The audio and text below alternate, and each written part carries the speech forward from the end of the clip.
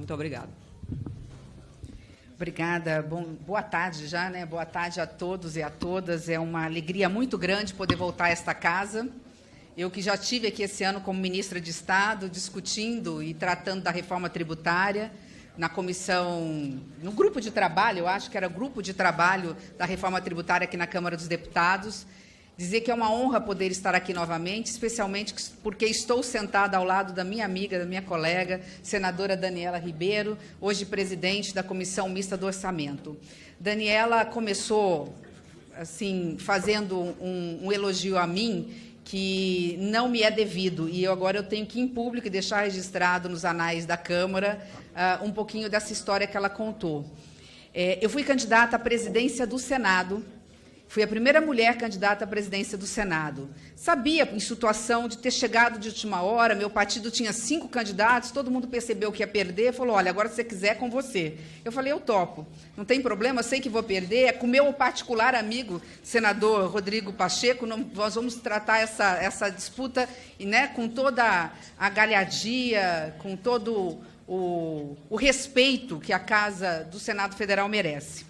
Mas quis marcar uma posição de ser a primeira mulher candidata à presidência do Senado, na convicção de que um dia eu verei uma mulher presidindo o Congresso Nacional. E, naquele momento, o Rodrigo, para ter alguns votos da bancada feminina, o que é absolutamente natural das mulheres, ele fez um compromisso com a bancada que, se eleito fosse, criaria a liderança da bancada feminina. Porque, embora éramos, naquele momento, deputado Sérgio, a terceira maior bancada, nós não tínhamos líderes. E, nesse momento, ele não só ganhou a presidência do Senado, como ele honrou o compromisso uma semana depois. Aí eis que eu chego no plenário, chega a senadora Daniela, com mais 4 ou 5 senadoras juntas, e o seguinte, olha, Simone, cada um aqui tem os seus espaços. Você perdeu uma eleição, mas nós ganhamos a liderança da bancada feminina. Então, nós estamos aqui para dizer que nós queremos você como a primeira mulher líder da bancada feminina. Então, isso tudo para dizer o seguinte, né? Deixar claro que todos nós já sabemos disso, né? Nós somos alçados a determinadas posições graças a amigos, companheiros, e eu tenho aqui que fazer essa referência, porque, a partir daí, veio a CPI da Covid. A bancada feminina entrou para dentro quando os líderes não indicaram nenhuma mulher para falar de vida, e eu entrei como líder sem ter direito a voto. As mulheres não podiam ali ter espaço nem na elaboração do relatório e nem na votação do relatório, e ali nós entramos para desmarcar uma posição. O resto da história, todos conhecem o trabalho que a bancada feminina fez a favor do Brasil, naquele momento em que estávamos precisando de vacinas, e um momento em que todos nós estávamos absolutamente no escuro diante de uma pandemia desconhecida até então por todos nós. Então, feito essa deferência, mais do que justa e merecida a senadora Daniela, que preside essa comissão, eu quero, em nome dela, em nome de todas as deputadas que se contam aqui presentes, cumprimentar os demais e, em nome do relator do PPA, Danilo Forte, cumprimentar os demais membros dessa casa. Estou aqui, não venho sozinha, venho como ministra, mas trago aqui o nosso secretário do Orçamento, SOF, Paulo Bijos, que é efetivo desta casa, portanto, ele é de carreira da Câmara dos Deputados, trabalhava na CMO, portanto, conhece bastante de orçamento, e, em nome dele, cumprimentar toda a equipe de trabalho da Câmara dos Deputados. Eu me comprometo, estou com o relógio à minha frente, de que não vou usar mais do que 15 minutos, acho que mais que justo. Combinamos que Paulo não fala agora, todas as questões mais técnicas, de miudezas, de mais especificidade, ele está aqui para nos auxiliar, e as questões maiores, as questões mais polêmicas, as questões, inclusive, de debate mais político, eu assumo. Então, eu não vou, como disse, me delongar, mas hoje é um dia muito especial.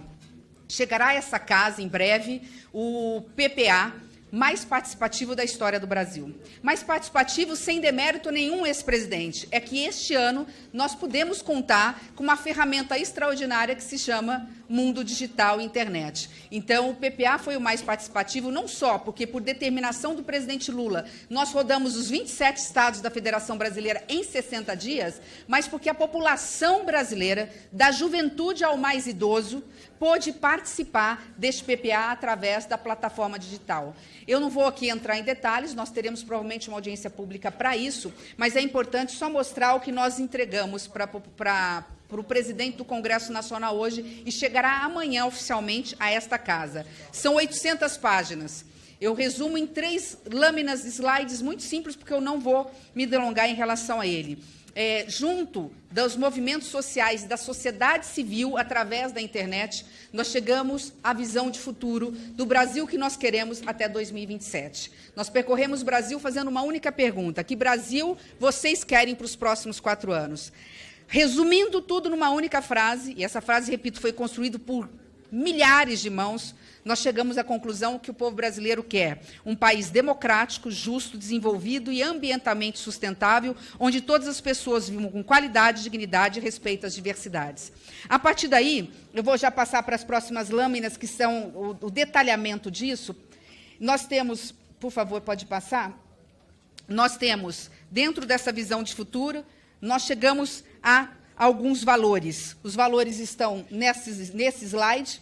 São valores também, palavras-chave, que nós colocamos com a ajuda da internet para ver ali na nuvem quais eram as palavras que mais apareceram, fora também o trabalho de ata que fizemos junto aos estados nas plenárias presenciais. Esses são os valores: democracia, diversidade, justiça social, sustentabilidade, participação e excelência na gestão. Fico muito feliz de ter aparecido responsabilidade fiscal e social, ou seja, a população brasileira tem consciência da importância de termos as contas públicas em ordem para fazer aquilo que é nosso dever, cumprir com o compromisso social com o povo brasileiro. Pode passar, por favor? Dessa visão de futuro saíram 3 eixos. Um eixo 1, que é o eixo social, dali 13 objetivos, 31 indicadores. O segundo eixo, o eixo do desenvolvimento econômico com sustentabilidade. Interessante como a questão climática foi algo que pareceu muito os efeitos climáticos, a preocupação com os efeitos climáticos. Isso veio, inclusive, do setor produtivo, do agronegócio, a preocupação com a questão climática. E o terceiro eixo, defesa da democracia e construção do Estado de Direito. Isso tudo foi organizado e gerou 88 programas prioritários. Pode passar, por favor? E, para finalizar essa parte do PPA, que, como disse, não é o tema, mas gostaria de trazer em primeira mão para os senhores, porque vai estar estampado depois na imprensa. Isso tudo, eu vou me permitir olhar por aqui para não ficar virando aqui, ficar com o pescoço mais dolorido. 6 prioridades elencadas pelo povo brasileiro: combate à fome e redução das desigualdades, educação básica ficou em segundo lugar, aliás, saúde e educação básica, neoindustrialização, trabalho, emprego e renda. O novo PAC, aparece muita, nós colocamos novo PAC porque apareceu muita questão de obras, Minha Casa Minha Vida, infraestrutura, de ponte à rodovia, então nós colocamos como novo PAC, e apareceu, incrível como apareceu, a questão do combate ao desmatamento e enfrentamento à emergência climática. Nisso tudo, nós temos 2 grandes novidades no PPA. Uma é a agenda transversal. Todas as ações dos ministérios, o orçamento está chegando amanhã para os senhores, nós estaremos entregando, nas mãos também do presidente do Congresso Nacional, todas as ações dos ministérios que couberem a questão. Nós estamos perguntando para os ministros onde é que entra a questão da criança, do adolescente, das mulheres, da igualdade racial, dos povos indígenas, da questão ambiental, quando couber no seu assunto. Isso, repito, veio fruto das manifestações populares. Aí tem a quantidade de oficinas, aquilo tudo que foi de participação, que pode passar a última lâmina, ainda faltava mais uma, que eu não vou me delongar, só vou direto na questão dos programas. Os programas mais votados pela internet. Olha que interessante. Enfrentamento da emergência climática, em primeiro lugar, atenção primária à saúde e depois atenção especializada, portanto, se somar, a saúde ganha, a saúde fica em primeiro lugar, proteção do trabalho digno, emprego e renda, turismo, esse é o destino. Interessante também como, quando você vai para a internet, especialmente a juventude, participou muito. Das propostas mais votadas, sem dúvida nenhuma, saúde em primeiro lugar, segurança pública, que é um tema especialmente das grandes metrópoles, educação, direitos humanos e cidadania, desenvolvimento, indústria, comércio e serviços em quinto lugar. Eu faço esse apanhado geral só porque, para nós podermos lembrar, ao entrar agora e falarmos de LDO, que a primeira peça do orçamento brasileiro é justamente a peça do planejamento, né? Que Brasil que queremos para os próximos 4 anos, essa é a peça que nós temos que entregar por primeiro, e ela está chegando oficialmente, como disse, amanhã cedo para os senhores. Dentro desse PPA, espero que os senhores possam aproveitá-lo da melhor forma possível, aperfeiçoar, fazendo as audiências públicas, e estaremos aqui à disposição também para poder discutir o PPA participativo com esta comissão. Indo agora para a nossa Lei de Diretrizes Orçamentárias, eu gostaria aqui de fazer um parênteses em relação a ela. Não venho aqui para falar daquilo que já está no texto. Diretrizes, metas, programas, o que é possível, o que está vedado, porque isto os senhores já conhecem e terão toda a liberdade, fruto da eleição legítima, né, da escolha legítima do povo brasileiro. Vocês são os legítimos representantes de fazer as alterações que acharem importantes a partir do relatório que será entregue pelo relator, pelo deputado Danilo. Eu gostaria apenas de fazer algumas considerações sobre o que há de diferente em relação a essa LDO. E acho que foi provincial, né? Foi importante ele não ter sido votado no primeiro semestre, onde nós não tínhamos arcabouço fiscal, nós não tínhamos todas as variáveis de legislação para podermos aprovar a LDO no primeiro semestre. Em relação à nossa LDO, nós temos que lembrar que a LDO veio, e, portanto, eu quero já começar com os pontos polêmicos. Eu não venho aqui para falar do que está consensuado, eu vim aqui para abrir mesmo o debate, para termos aqui as divergências necessárias para criarmos maioria no futuro através do voto das senhoras e dos senhores. A nossa LDO veio a pedido, inclusive, do Ministério da Fazenda, com a meta de resultado neutro, portanto, resultado zero, meta fiscal com déficit zero, para o governo central no ano de 2024. A nossa projeção, os senhores sabem, é de 0,5 ponto positivo em relação ao PIB em 2025 e 1% em 2026, admitindo-se no sistema de flutuação e de banda 0,25 a maior ou 0,25 a menor, o que significa podermos gastar ou não gastar algo em torno de 28,8 bilhões de reais, é o que representa cada 0,25%, né, em relação a essa meta. Ou seja, a meta zero significa não termos condições de gastar 28,8 se a meta for zero e não menos 0,25, que é o que está dentro da banda.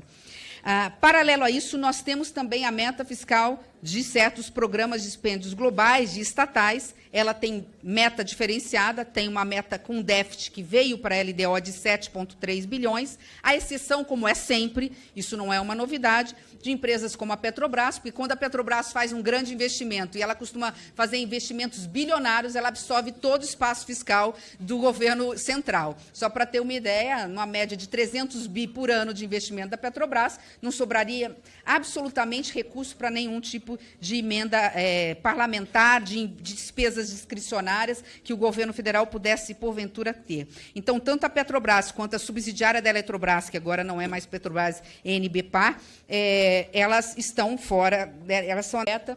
Nós abrimos uma exceção, uma única exceção, e apenas para o ano de 2024, a pedido do Ministério da Gestão, e foi por unanimidade dentro da AGEL, nós entendemos absolutamente razoável, as despesas fora do teto de gastos, do valor de 5 bilhões de reais do novo PAC, fora da meta, desculpa, para investimento. Por quê?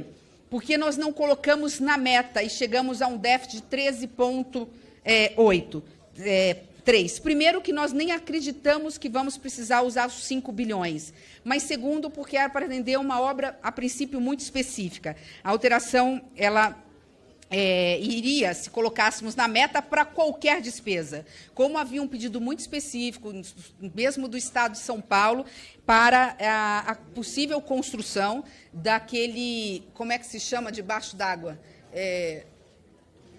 Túnel imerso de Santos a Guarujá, no valor que pode chegar a 2 bilhões, e algumas obras de infraestrutura da Infraero. Então, vários aeródromos, aeroportos, ficariam dentro desse escopo. Não significa que nós usaremos, nós colocamos um teto um pouco mais largo, até abrir licitação, até verificar a viabilidade técnica, licenciamento ambiental, etc., poderá estar se utilizando ou não. Então, já deixar claro que eu sei que pode ser uma questão que pode ser levantada, que foi uma discussão assim, mas já está alterando a meta, já vai querer tirar da meta fiscal.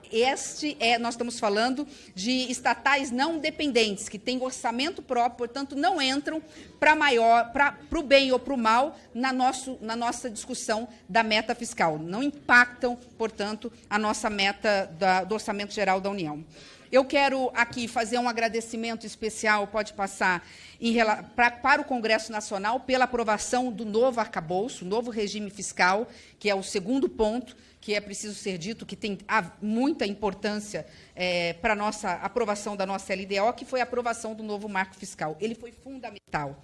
Para se ter uma ideia, nós evitamos aqui o possível contingenciamento. Se não aprovasse, teríamos que ficar com teto de gastos até o final do ano. Eu precisaria começar de partida na LOA cortando 200 bi.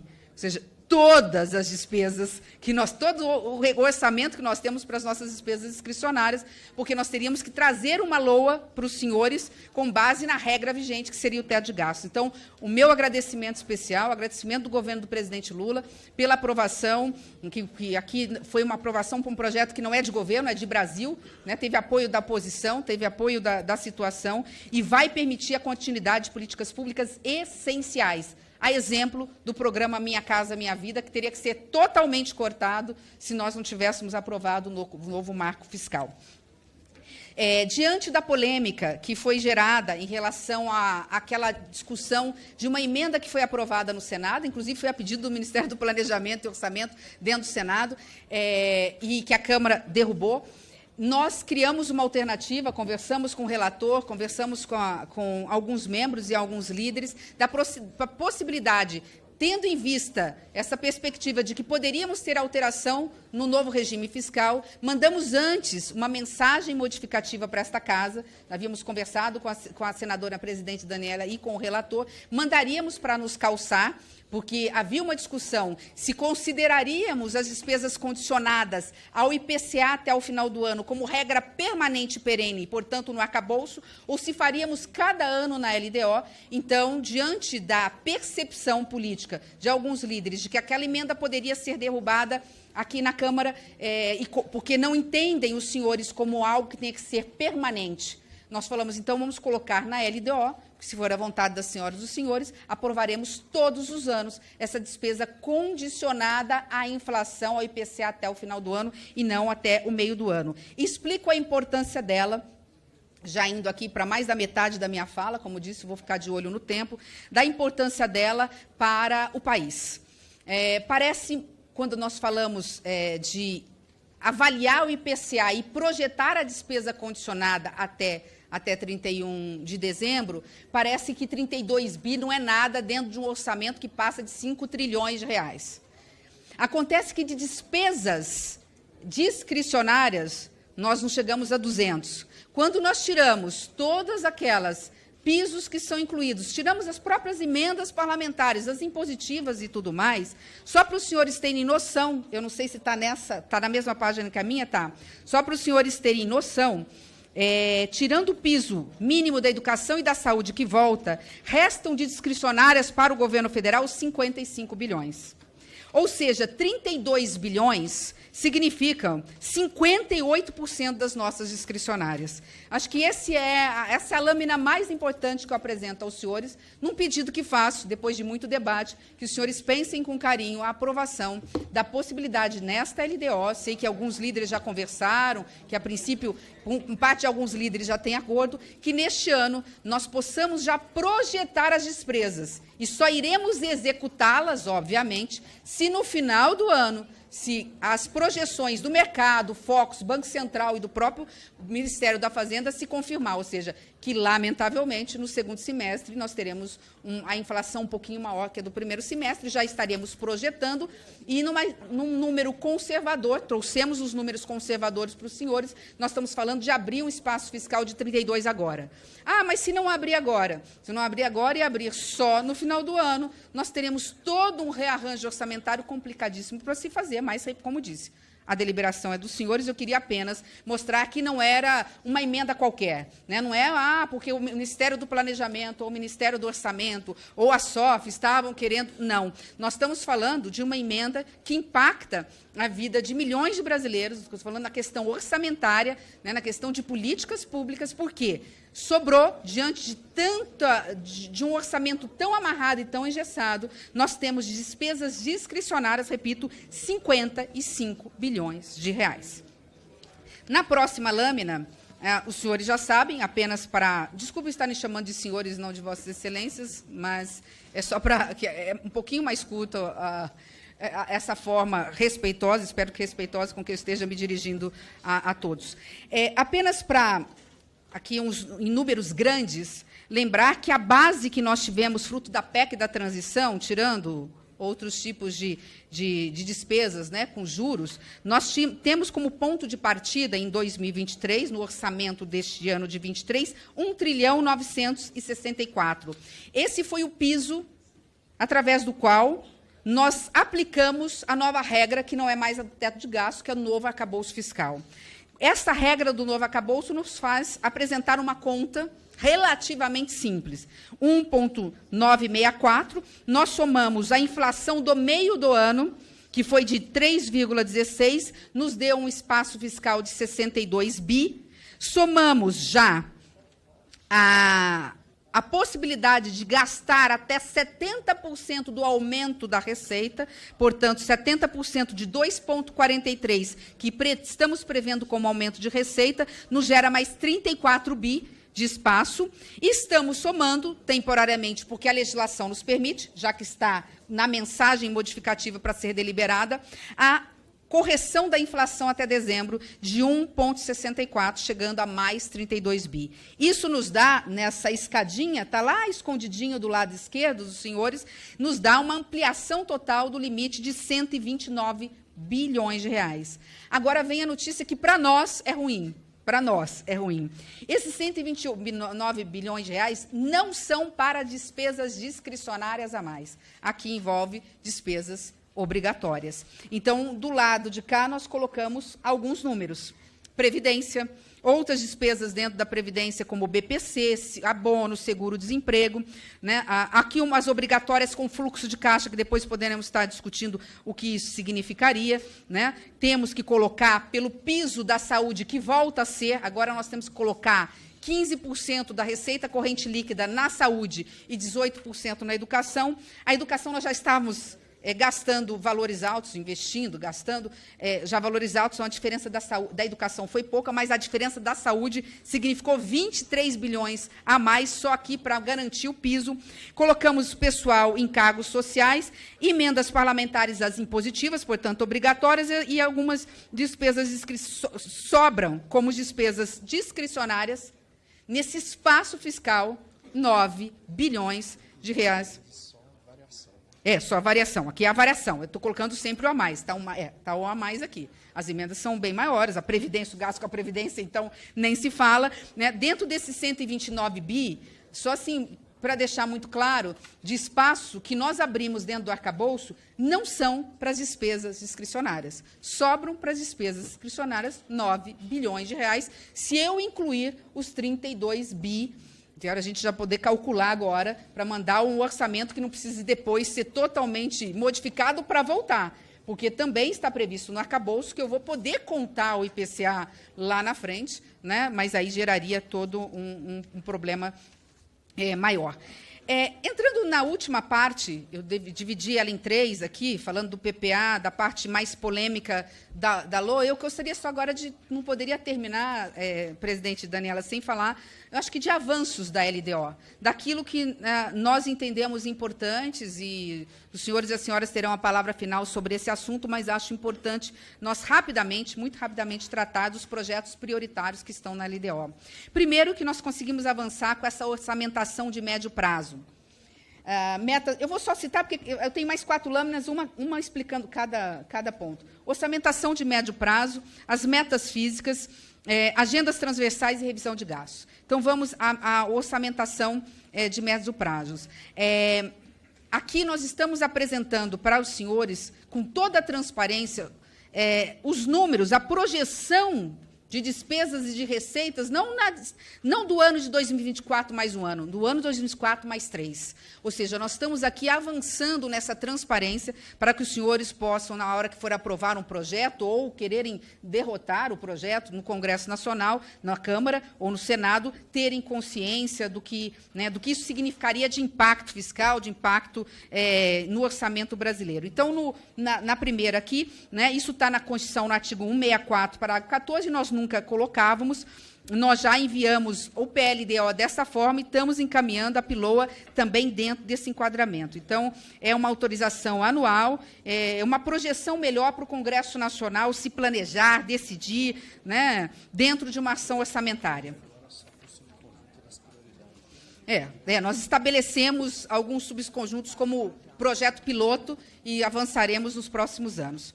A segunda, que envolve números e entregas, isso é uma coisa muito interessante para os senhores e para nós. Às vezes os senhores aprovam projetos e remanejam uma dotação orçamentária, o orçamento está chegando, o orçamento, é importante dizer, ele não foi participativo, o orçamento é de deliberação, de discussão, de votação do Congresso Nacional. O PPA foi participativo, o orçamento, quanto que sai de uma ação e vai para outra, quanto que sai de um programa e vai para outro, continua como sempre foi no orçamento desse ano.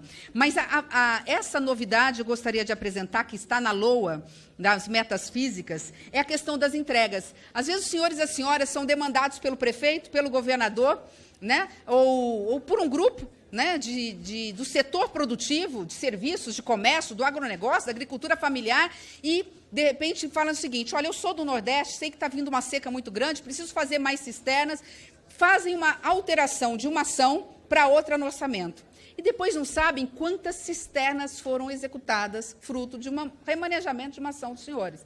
Nem os senhores e nem nós. Então, nós estamos fazendo piloto, esse ano não vai dar para fazer tudo, imagina, são 1.200 ações. Olha como o orçamento brasileiro é pulverizado, Olha como o Brasil gasta muito e gasta mal.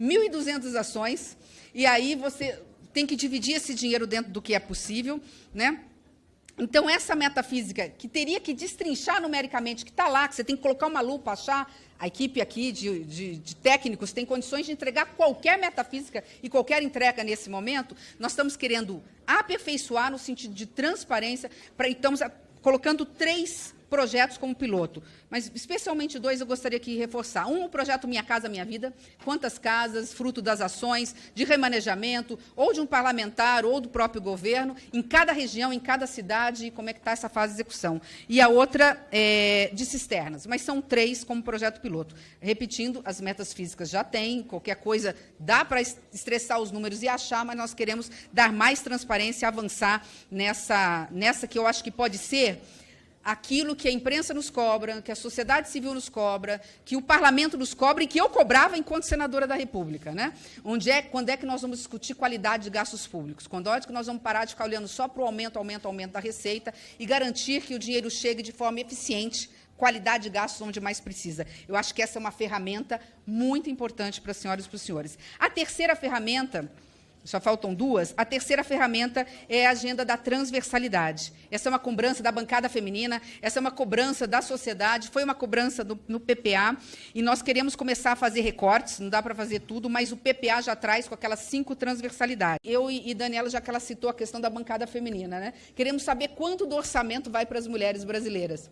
Isso surgiu, essa ideia, de quando eu recebi, fruto de uma iniciativa do Congresso Nacional, que tivéssemos que fazer um caderninho separado sobre o orçamento da mulher.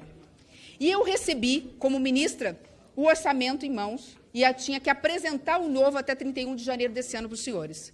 Quando eu olhei, senador Lindbergh, eu cheguei lá e falei, mas espera aí, o orçamento que eu aprovei a vida inteira, 8 anos como senadora, garante 327 bilhões de reais para as mulheres brasileiras? Essa conta está errada. Não é nem 32 bi que dirá, aliás, não é nem 3 bi, eu brinquei. Falei, pode ir atrás desses números. Quando nós fomos olhar, o orçamento específico para a mulher brasileira era 0,009. Não era 327 bilhões, eram 25 milhões de reais.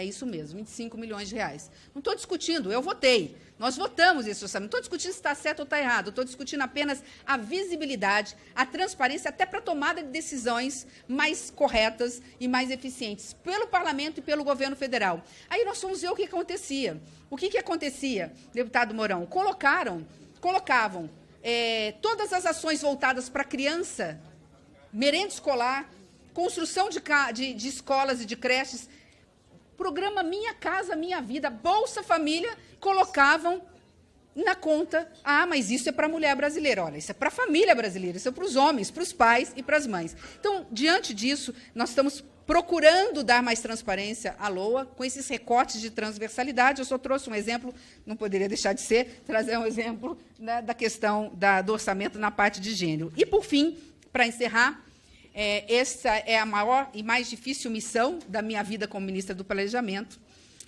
Nós estamos já fazendo isso no quieto, com muito equilíbrio, com muita ponderação. O Brasil saiu de um déficit social muito grande, fruto da pandemia. O mundo saiu com um déficit social muito grande, fruto da pandemia. 2 anos da economia não conseguindo ligar na sua potência máxima, e nós saímos com déficit. E isso gerou um impacto a ponto de precisarmos de uma PEC da transição, retomar programas sociais que estavam paralisados. É óbvio que não dá para falar de corte de gastos públicos, mas dá para falar de qualidade desses gastos. Então, nós temos uma secretaria especial criada pela primeira vez no Ministério, que é a Secretaria de Avaliação de Políticas Públicas. Olha que dado interessante. Existe desde 2000 eu não sei se foi da época do presidente Temer, que começou como CEMAP, iniciou antes com o governo da presidente Dilma, com uma outra determinação. Olha que interessante, foi criado no nosso Ministério esse Comitê de Avaliação de Políticas Públicas. Sabe quantas políticas públicas já foram avaliadas desde então? Em valores, R$1 trilhão. R$1 trilhão. Me perguntem se alguma política pública foi revisada, foi extinta, foi modificada, foi ampliada, fruto desse estudo. E é um estudo que está à disposição das senhoras e dos senhores, em parceria com o IPEA, com o ENAP, com o IBGE, e ali nós temos questões muito relevantes. A última lâmina dá um exemplo do que eu estou falando, que será o próximo passo do Ministério. Entregue o PPA, como nós estamos entregando, entregue a LDO, como nós já entregamos, já no último minuto da minha fala, e entregue a LOA, a partir de amanhã, nós começamos a nos aprofundar melhor nesses dados. Eu trago só 2 exemplos, para encerrar, da importância da revisão de gastos. Tirar de um lugar, não é nem para fazer superávit, é tirar de um lugar para colocar onde mais precisa.